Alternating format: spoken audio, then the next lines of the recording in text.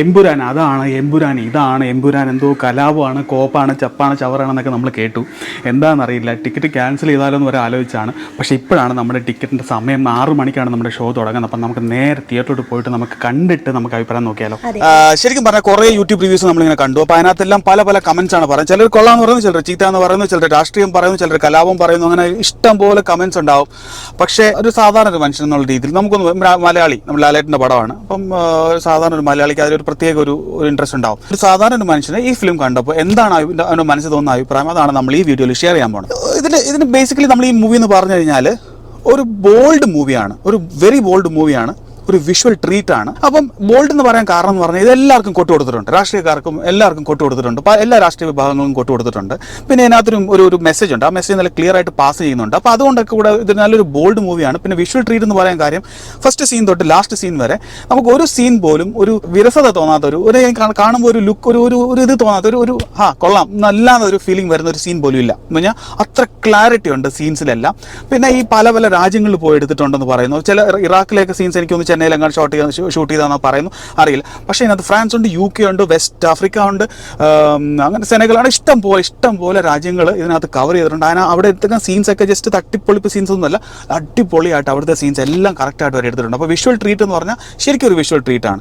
പിന്നെ ഇതിനകത്ത് അഭിനയിച്ചിരിക്കുന്ന എല്ലാവർക്കും അവരുടേതായിട്ടുള്ള ഒരു ഇമ്പോർട്ടൻസ്, മെയിൻ ക്യാരക്ടേഴ്സിനെല്ലാം ഫുൾ ലെങ്ത്തിൽ ഒരാൾ പോലും ഇല്ല.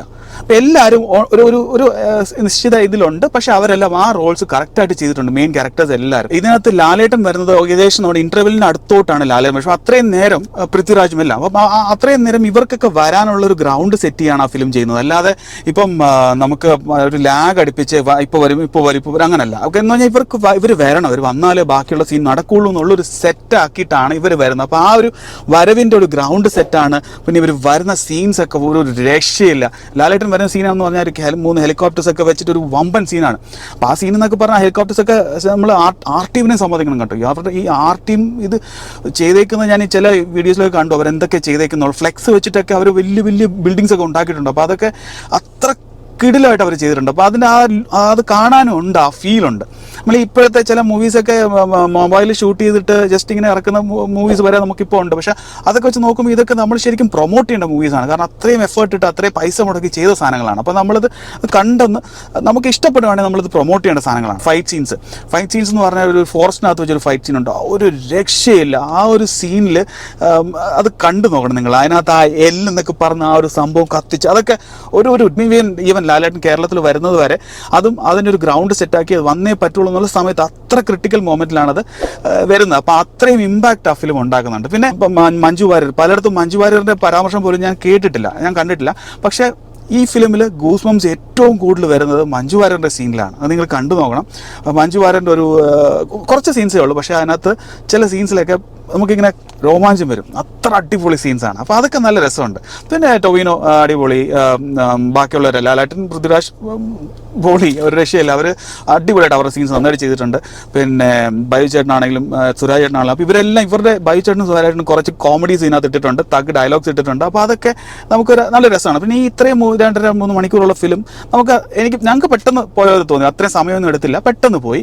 അപ്പം ബേസിക്കലി ഞങ്ങൾ പറയുന്നത് ഈ രാഷ്ട്രീയം, ഈ ജാതി മതം ഇതൊക്കെ വെച്ച് മനസ്സിൽ വെച്ചിട്ട് ഇങ്ങനെ പോയി അങ്ങനെ നോക്കിയിരുന്ന് കാണുന്നവർക്ക് പറ്റിയ മൂവി അല്ല ഇത് സാധാരണ ഒരാൾക്ക്. നമുക്കിപ്പോൾ ഒരു എത്ര പൃഥ്വിരാജ് ചിലപ്പം മേ ബി ഇനി ഇഷ്ടം പോലെ മൂവീസ് ഉണ്ടാക്കും, പക്ഷെ നമുക്കിത് ഇങ്ങനെ ഒരു ട്രീറ്റ് തരാൻ വേണ്ടി നമുക്ക് ഒരൊറ്റ ആളേ ഉള്ളൂ, ലാലേട്ടൻ മാത്രമേ ഉള്ളൂ. അപ്പം പുള്ളിയുടെ ഒരു ഫിലിം കാണാനുള്ള ഒരു ഇൻട്രസ്റ്റ് ഉള്ള ആൾക്ക് ഇത് ശരിക്കും ഇഷ്ടപ്പെടും. അല്ല ഇന്ന ഫാൻ അങ്ങനെയൊന്നുമില്ല, നമ്മൾ അങ്ങനെ ഫാൻസ് ഒന്നുമല്ല.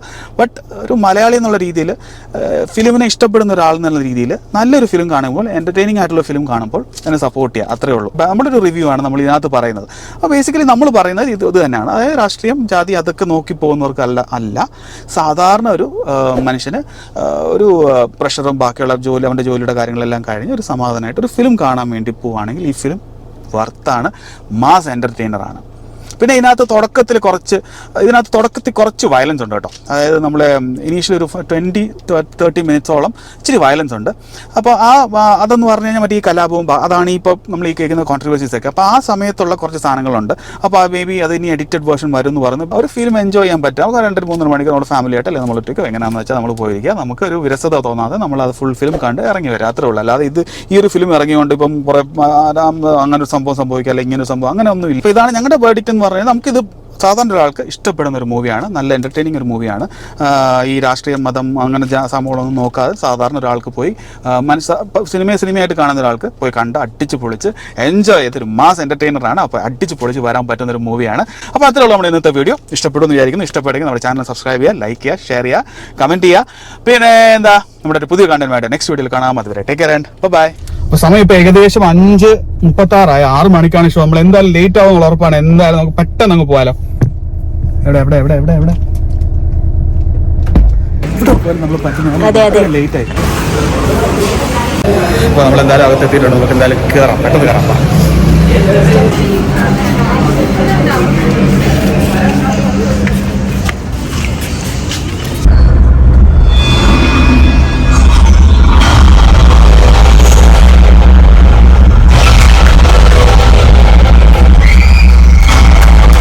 പടത്തിന് ഇന്റർവ്യൂ ആയിട്ടുണ്ടോ ഇതുവരെ ഒരു രക്ഷയില്ല. ഫൈനൽ റിവ്യൂ പറയാം, പക്ഷേ ഇന്റർവ്യൂ ആയിട്ടുള്ളൂ. നമ്മൾ പുറത്തെ ജസ്റ്റ് ഒന്ന് ഇറങ്ങി